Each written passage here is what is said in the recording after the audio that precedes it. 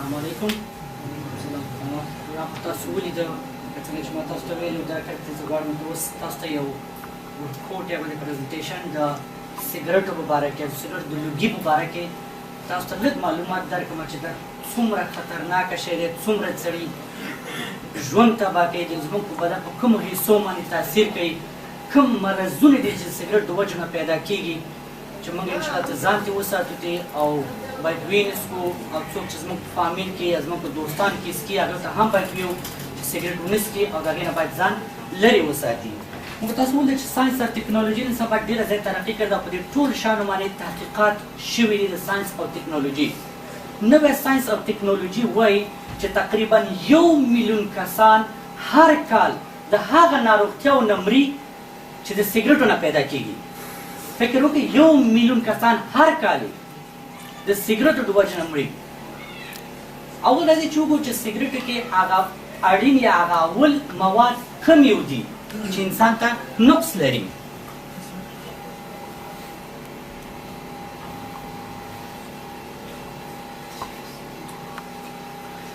نیکوټین هغه مواد دي چې انسان د یو کرتې استعمال یا یو کرتې د کش کول نه د نیکوټین په سګرټو کې سړی ورباندې عادت کېږي، آموخته کېږي، ورباندې بار بار یې ورته زړه کېږي چې بې نیکوټین څکي. یو دفعه سړی سګرټ وڅکي نو دویم کرتې بیا ورته زړه کېږي، ځکه چې په هغې کې نیکوټین دی او نیکوټین همدغې دپاره اچوي په دې کې چې خلک ورته بیا زړه وشي. خو چېرته نیکوټین په سګرټو کې نه وی نو هغه خلک چې سګرټ څکي د هغې شمار به ډېر کم وی. او بله خبره ده چې نیکوټین ډېر زر خپل اثر ښایي. په 15 ثانیو کې چې موږ یو کټ سګرټ کش کوو په 15 ثانیو کې نیکوټین زموږ مغزو ته رسیږي او خپل فعالیت شروع کوي. او نیکوټین چې دی د سردردي، بېهوشي، د غصه کېدو، د قهر کېدو او د استفراق کولو سبب هم کېږي. دویم دی کاربن مونوکساید. کاربن مونوکساید یو زهري ګیس دی، یو رقم ګیس دی چې هغه زهري ګیس دی چې دا دې کې ګازونه چې کله د ساینس ټکنالوژي چې کله دې باندې تحقیق کړي دا د ډېرو زیاتو مرضونو هغه مرضونه چې انسان مرګ ته کش کوي د هغه مرضونو سبب مونوکساید ګرځي. او مونوکساید زموږ په داسې یو ګاز دی چې دا هیڅ خوند او بوی نه لري، ځکه زموږ بدن ته چې کله نوځي زموږ بدن د اکسیجن او د کاربن مونوکساید په منځ کې فرق یا توپیر نشي کولی، نو هغه فورا په وینه کې جذب کېږي او د وینې په ذریعه مغزو ته رسیږي او دا زموږ د زړه او د مفصلونو فعالیتونه کمزوري کوي. نو دا ډېر خطرناکه ګیس دی چې په دې کې موجود دی په سګرټو کې. دریم شی دی تار په نامه یادېږي په انګلیسي کې چې هغه داسې هغه د یو څو ډولو د موادو د یو ځای کېدو نه جوړېږي. یو رقم مواد نه دي، دا څو مواد سره یو ځای کېږي هغې نه دا مواد جوړېږي چې تار ته ویل کېږي. چې دا انسان دا هم هغه مواد دي چې دې نه ډېر زیاتې ناروغتیاوې وي، ډېرې خطرناکې ناروغتیاوې چې زه به وروسته تاسو ته تشریح کړم دا د هغې نه پیدا کېږي. نو دا 3 شیان په سګرټو کې چې ډېر زیات نقص لري دا 3 شیان دي.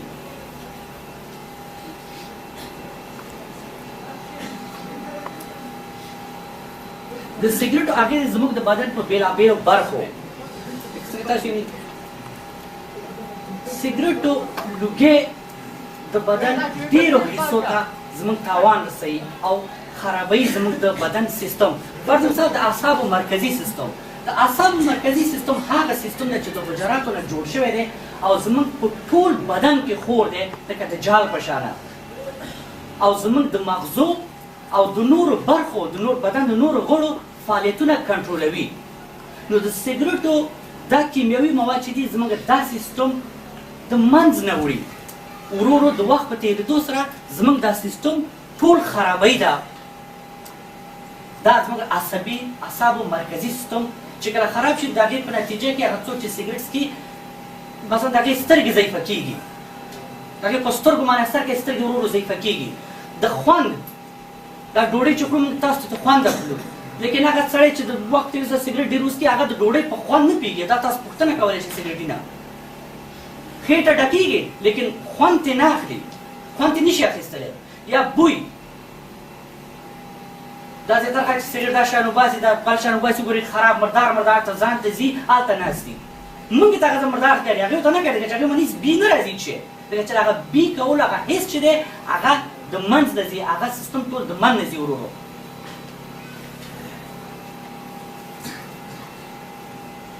دویمې دی زموږ تنفسي سیستم زموږ الله تعالی موږ له سږي راکړي موږ تاسو ته ششونه هم ویو او سږي ورته ویو دا سګرټو لوګي دا موږ ته د سږي الله تعالی دې لپاره کړي چې موږ هوا په دې باندې تنفس کړو او دا سیستم پکې جوړ شوی چې د پاکه هوا کې بعضې کیمیاوي موادونه چې هغه نقص لري نو ششونه دا کار کوي سږي دا کار کوي چې دا فلټر کوي لکه چڼ کوي موږ ته چڼ کولو ته ویو صرف دا تازه هوا ننوځي او کیمیاوي مواد نه پرېږدي چې ننوځي لیکن سګرټو لوګي because الله تعالی موږ له دا سږي دې لپاره نه راکړي چې موږ سګرټ لوګي پکې کش کړو دې لپاره کړي چې موږ تازه هوا پکې کش کړو نو دغه دا سیستم د سږو ټول مکمل طور باندې خرابوي نو په هغه کې به چې کېږي چې خراب شو کله چې دا کیمیاوي مواد زموږ سږو ته ننوځي سږي خراب شوي دي هغه نشي کولی چې فلټر چڼې کړي هغه نشي کولی چې دا خراب مواد لرې کړي او تازه هوا سره پرېږدي هغه هر څه پرېږدي چې دننه ننوځي هغه سیستم د چڼولو ختمیږي او دغه کیمیاوي مواد چې ننوځي دې نه ډېر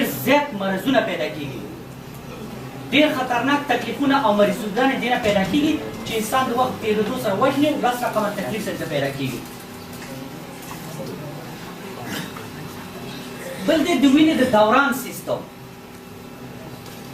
د سګرټو لوګي یا د تمباکو لوګي زموږ د وینې د دوران سیستم په مکمل طور باندې خرابوي د رګونه نه دي د وینې رګونه راتنګوي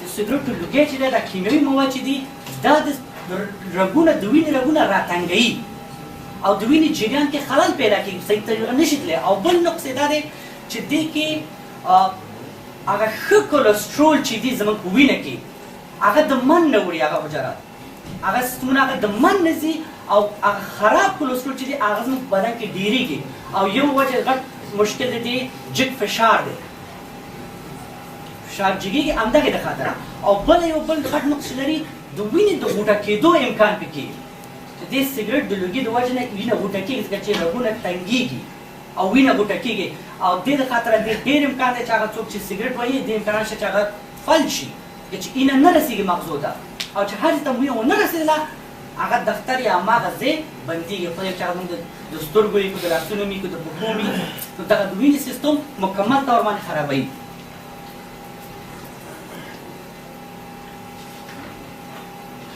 بلې دی موږ انټیګومنټري سیستم انټیګومنټري سیستم کې درې شیان دي یو پوستکی دی نوکان دي او ویښتان دي د سګرټو لوګي دا کیمیاوي مواد زموږ د پوستکي د حجراتو په کوم ډول چې الله تعالی جوړ کړي هغه حجراتو هغه جوړښت ولا خرابوي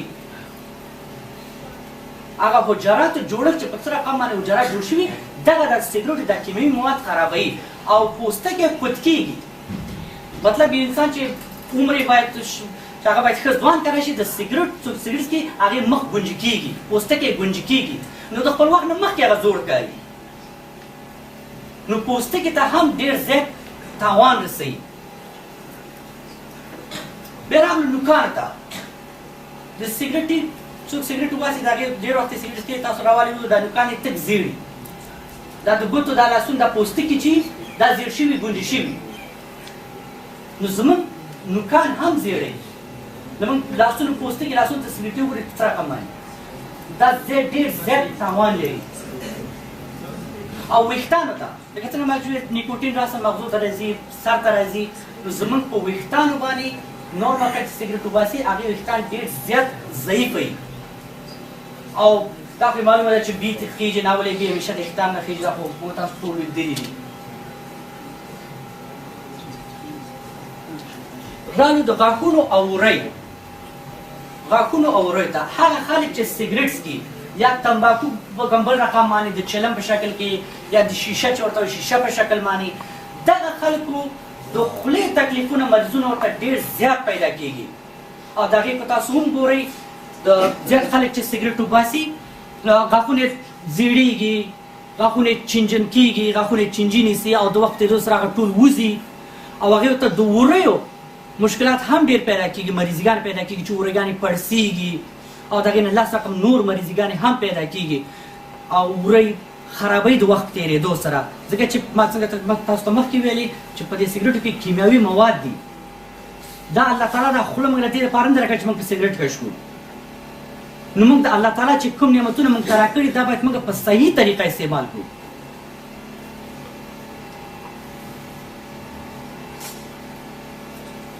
جنسي اړیکې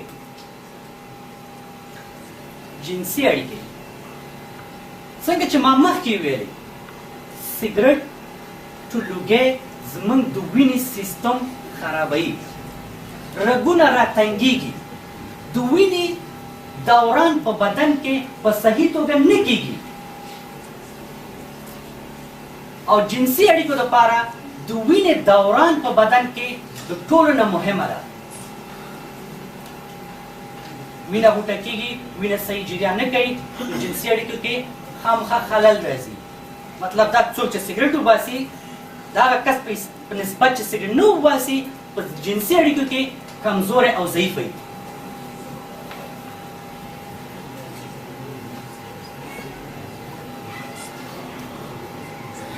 اوس به وګورو چې کومې ناروغتیاوې د سګرټ د لوګي له امله پیدا کېږي. یوه داسې ناروغتیا چې موږ او تاسې د نوم په اورېدو سره زموږ د ځان ویښتان را ودرېږي. یو داسې ناروغتیا چې موږ هر څوک ګورو چې هر څوک دا ناروغتیا لري، زړه مو ته غیبانه دعا راوځي چې الله تعالی شفا ورکړي. هغه ناروغتیا ده سرطان، کانسر، چې کانسر ورته وایي. او دا چې د یو رقم سرطان د دې سګرټ په وجه نه پیدا کېږي، بلکې څو رقمه سرطان. مثال په ډول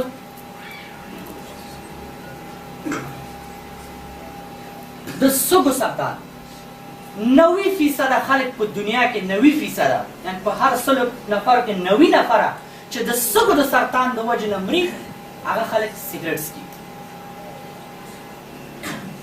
سګرټ د سږو سرطان هغه اصلي عامل چې دی سګرټ دی. یا د ستوني سرطان 80% خلک چې د ستوني سرطان نه مري د سګرټو وجه ده. د خولې سرطان، د ګردو سرطان، د جگر سرطان، د مثانې سرطان، دا ټول د سګرټو د وجه نه پیدا کېږي. سګرټ یو غټ عامل دی چې دا مرضونه ترې پیدا کېږي. مطلب دا نه چې صرف سګرټو د وجه نه پیدا کېږي. کله چې سګرټ نه څکي دا مرضونه هم لري، لیکن سګرټ دا چانس ډېری چې څنګه دا مرضونه پیدا شي. یو لوی عامل د دې مرضونو سګرټ دی. بیا زه وایم ځکه چې الله تعالی موږ له دا نعمتونه نه دي راکړي چې موږ سګرټ ورباندې سګرټ کش کړو. کله چې موږ د الله تعالی په خلاف عمل کوو خو خامخا الله تعالی موږ باندې خپل قهر کوي. او چې قهر یې وکړ، قهر یې همدا دی چې سره یو مرض پیدا کېږي، یو مرض یو تکلیف نه پیدا کېږي. د زړه ناروغتیا نن سبا زړه ناروغتیا ډېره زیاته شوې ده. موږ تاسو ټول پرې خبرې وو چې په دنیا کې څونه خلک هر کال د زړه د ناروغتیا نه مري. او د زړه د ناروغتیا یوه غټ عامل یې د سګرټو لوګی دی. لکه څنګه چې ما مخکې ویل دا د زړه رګونه، خصوصا د زړه په منځ کې چې هغه نري رګونه دي، هغې کې لکه فکر کوئ د بخارۍ نل چې هغه ولکې چې څونه اندازې کله چې یو جمع استعمال کړو هغه خپل هغه نلونه لږ شان راتنګېږي، ځکه چې غاړو ته ټول لوګي نښلي که نه. دقه د سګرټ لوګي هم نښلي هلته، کیمیاوي مواد نښلي هلته. او کوم سګرټ چې موږ کش کوو، ګوره ته متوجه اوسئ، کوم سګرټ چې کله لوګی د سګرټ موږ کش کوو 80% د هغې د کیمیاوي موادو زموږ په سترګو کې نښلي، صرف 10% بېرته راوځي. 80% نښلي هلته دننه ګوره. او هغه همدا د زړه نلونه، همدا عصبي رشتې، دا ټولو باندې هغه تاثیر لري. او د هماغې کیمیاوي موادو نه دا مرضونه ټول پیدا کېږي. د سږو ناروغتیا غیر د سرطان په سږو کې ډېر مریضګان لکه څنګه چې ما مخکې ویل چې دا نشي کولی چې کیمیاوي مواد بیا فلټر کړي یا چڼ کړي، نو ډېرې نورې ناروغتیاوې هم د سږو ناروغتیا د سګرټ د لوګي د وجې نه پیدا کېږي. د فلج ناروغتیا څنګه ما مخکې هم تشریح کړه، د فلج ناروغۍ یو غټ وجه د سیګریټو لوګی دی چې وینه غوټه کېږي وینه غوټه کېږي او نشي کولی چې په صحیح طریقه باندې په بدن کې دوران وکړي او کومه حصه ته چې په خپل وخت باندې نه ونه رسېږي د مغزو هماغه ځای بندېږي پرېږدي چې هغه زموږ د پښو وي د لاسونو وي د سترګو وي د خولې د هر ځای چې هماغه ځای مطلق بندېږي نو دې باید هم متوجه اوسو د پښو ناروغتیا یو د مشکلاتو چې موږ تاسو ډېر په وطن کې لرو حساب په افغانستان کې لرو د پښو د درد دی د پښو د درد دی د جوینټس د مثلون د جوینټس مشکل دردونه چې دي هغه یو عامل هم سیګریټ دی دا نه چې صرف سیګریټ دی خلک شته چې سیګریټ نه مسکي بیا کوي لیکن هغه د سیګریټو له چانس ډېروي سړي ته داسې یو مرض د پښو د درد تکلیف او مرض پیدا شي تبرکلوز مرض یا ټي بي تبرکلوز سرطان شانه څو رقمه دي دې کې یو څو ډوله 3 ډوله تبرکلوز صرف د سیګریټو د لوګي د وجه نه پیدا کېږي او تبرکلوز مو تاسو په څونه یو خطرناک مرض دی ټي بي چې ورته وایي ټي بي مو ته یو تبرکلوز هم ته یو دا ډېر خطرناک مرض دی دا هم دا 3 رقمه تبرکلوز صرف د سیګریټ د لوګي د وجه نه پیدا کېږي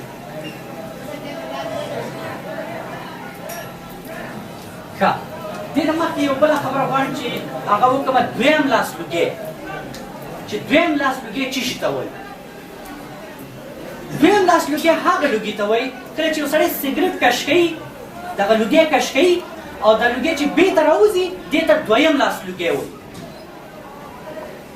مطلب یو نفر لوګی کش کړ بې ته راوایست چې راوځي دې ته دویم لاس لوګی وایي او بعضې ساینسي کتابونه وایي چې دا دویم لاس لوګی د اول لاس لوګي نه ډېر خطرناک دی دویم لاس لوګی د اول نه ډېر خطرناک دی ولې ډېر خطره دی هغه یو څوک چې سیګریټ څکي هغه فکر وکړي چې په خپل سږو کې یو تکلیف یو میکروب یو مرض لري کله چې هغه سیګریټ کش کوي دې شي سره هغه لوګی چې بېرته راوځي هغه میکروبونه به سیګریټ سره بېرته راوځي او ما دا ډېر عام ولیدل خصوصا زموږ په څوکۍ کې چې ماشومان ښځې ناستې دي او سړي لګیا یې سیګریټ وباسي وړ ماشومان بې ناستې بچي ورونه خورۍ نه مې ورته ګرځي او دا به لګیا یې سیګریټ وباسي په کوټه کې دویم لاس لوګی ډېر زیات خطرناکه دی ګوره هغه سیګریټ څوک چې سیګریټ څکي سیګریټ څکوونکی چې کوم تکلیف لري هغه بېرته راوځي او هغه ماشومان کش کوي او ماشومان خو نازک یا خو واړه دي هغې بدن د هغې زړه د هغې ماغزه هر څه ډېر نازک او نرم وي نو هغې ډېر زر خدای مکړه په مرضونو باندې اخته کېږي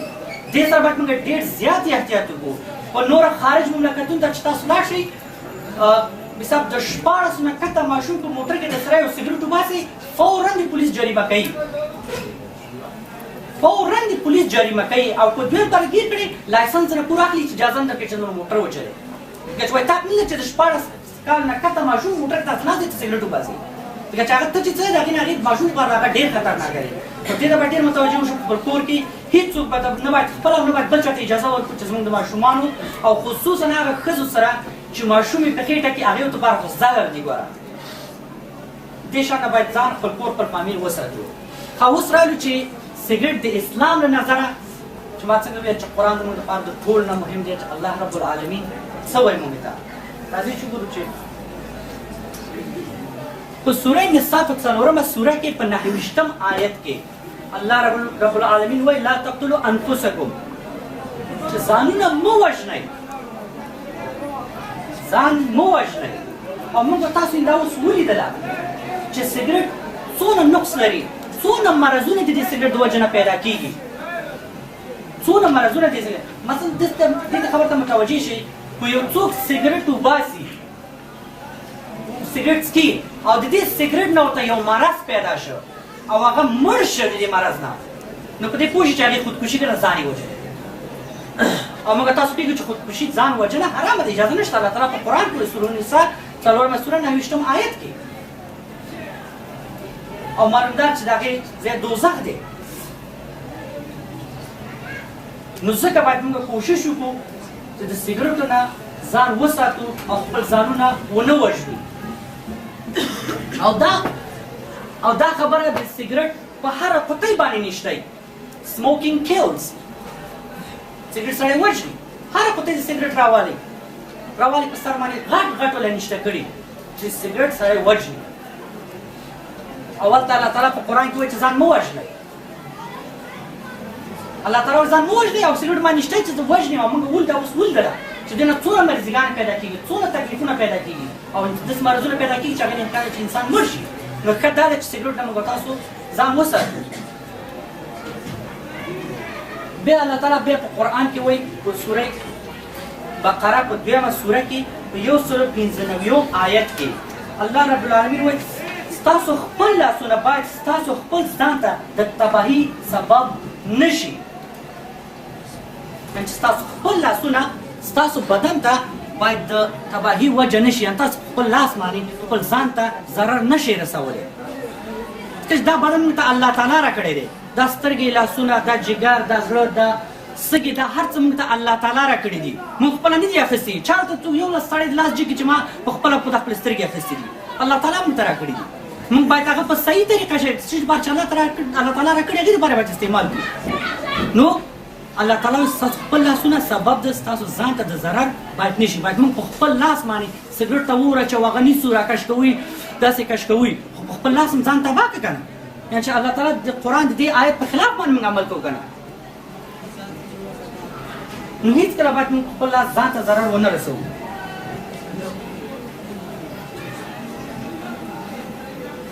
په سوره اعراف په 9مه سوره کې 150 آیت کې الله تعالی وایي او پاک او ښه شیان ورته حلال کوي او ناپاکه خراب شیان ورته حرام کوي.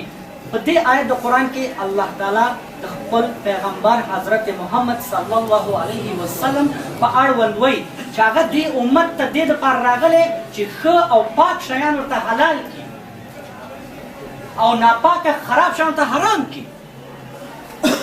الله تعالی وایي چې ما دا پیغمبر ته لیږلی تاسو ته ښه شیان حلال کړي او موږ تاسو ولیده چې سګرټ څومره ناپاکه شی دی. اوس فکر وکړئ لاسونه نوکان تک زیړ کوي، غاښونه تک زیړ کوي، غاښونه سړي چنجن کېږي، انسان همیشه بوی خیږي.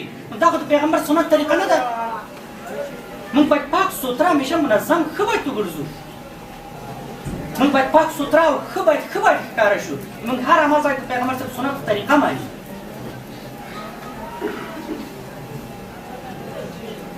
بیا الله تعالی په قرآن کې وایي په سوره الاسراء 11مه سوره په 26 او 28 آیت کې الله تعالی وایي خپلوانو ته، غریبانو ته او مسافرانو ته د هغوی حق ورکوئ او خپل مال بې ځایه مه لګوئ. بېشک څوک چې مال بې ځایه لګوي هغه د شیطان ورونه دي او شیطان د تل لپاره د خپل رب نه ناشکره دی. دلته الله تعالی وایي چې خپل مال بې ځایه مه مصرفوئ. موږ تاسو کې سګرټ څونه قیمت دی؟ سګرټ څونه یو قیمت دی؟ څونه قیمت موږ زو هغې باندې پیسې مصرفو، په هغه راخلو او څکو. یو سړی فکر وکړي یوه قطۍ څکي، یوه قطۍ سګرټ په 100 روپۍ باندې څونه قیمت دی؟ کابل کې چې په 1.5 افغانۍ باندې یو قطۍ سګرټ خرڅېږي، 120 افغانۍ باندې یو قطۍ سګرټ خرڅېږي. 120 افغانۍ تاسو وایئ چې د هغې باندې بسته د یوې ورځې د کور د یو فامیل مصرف دی، دغونه مصرف کېږي. لیکن هغه موږ لاړو په لوګي باندې وو بس خلاص. او هغه لوګي باندې چې موږ ته څونه ضرر لري، څونه تاوان لري موږ ته، زموږ معاشره، زموږ اقتصاد، زموږ هر څه خرابوي، بیا موږ په هغې باندې لګوو. نو الله تعالی وایي چې خپل مال بې ځایه مه مصرفوئ. نو ځکه به هر څوک تاسو ولیده یا که تاسو خپله سګرټ اخلئ په دې خبره باندې پوه شئ تاسو خپل مال بې ځایه مصرفوئ. او دا د الله تعالی د حکم په خلاف باندې دی چې تاسو خپل مال بې ځایه مصرفوئ. یو څوک چې بې ځایه مصرفوي هغه د شیطان ورونه دي.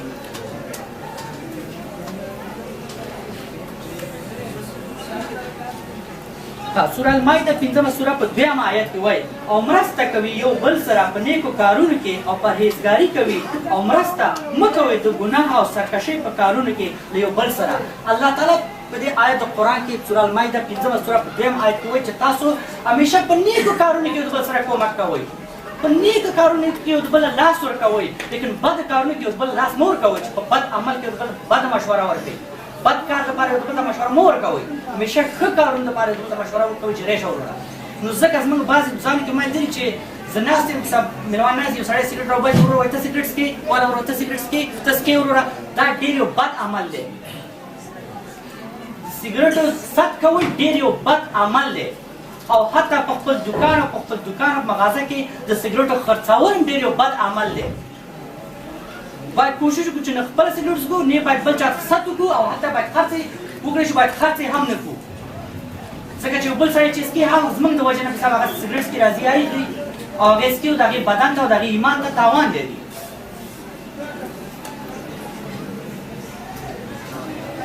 په سوره انفال په 8مه سوره په 22 آیت کې د الله تعالی په وړاندې په دې آیت د قرآن کې الله تعالی وایي په سوره انفال 8مه سوره په 22 آیت کې د الله تعالی په وړاندې بدترین ژوندي مخلوقات هغه دي چې کاڼه او ګونګي دي او د عقل څخه کار نه اخلي.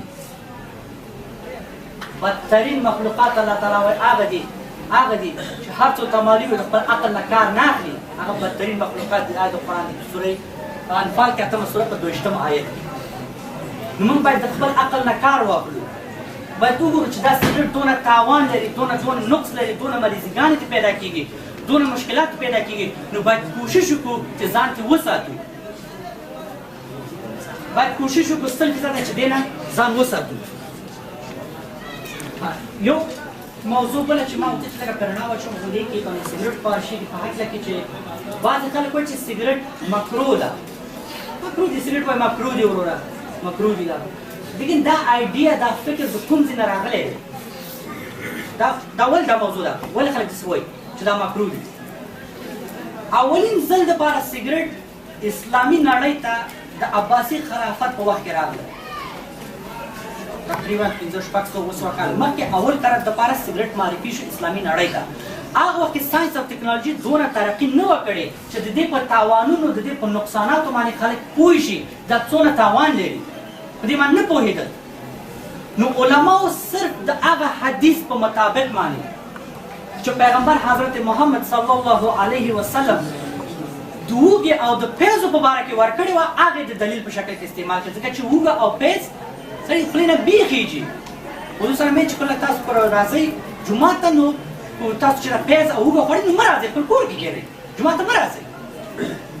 چې دا حدیث په صحیح بخاري کې دی. هغه علماو د دې د بي د وجې نه چې صرف دې په بي باندې پوهېدل نو دغه یې په دلیل په شکل استعمال کړي چې دا مه کوئ. لیکن اوس ساینس او ټکنالوژي ترقي کړې ده. اوس یې ولې چې علماو هر څه چک کړه ویې ګټه دا څونه تاوان لري انسان بدن ته، څونه ضرر لري اقتصاد ته، انسانانو ته څونه. نو ځکه د اوس علماو په دې باندې فتوا ورکړې چې سګرټ حرام دی، سګرټ مه څکئ چې دونه نقص لري انسان ته، سړي اقتصاد ته، فامیل ته، ټولو ته تاوان لري. نو زما تاسو ټول نه همدا خواهش دی ورونو سګرټ مه څکئ. او که څوک یې څکي هم دا ورته ویل چې وروره سګرټ مه څکئ، دا شیان ټول تاوان لري. او دې هکله من زما د پوزیشن په هکله ما یو پټ کتاب هم نشته کړی دی چې هغه به انشاءالله خو ما چاپ شوی نه و چې ځان سره یې راوړم.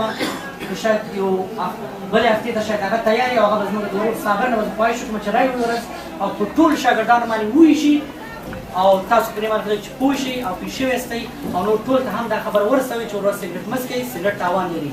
ومن الله التوفیق. الله تعالی دې موږ تاسو ټول باندې رحمت وکړي.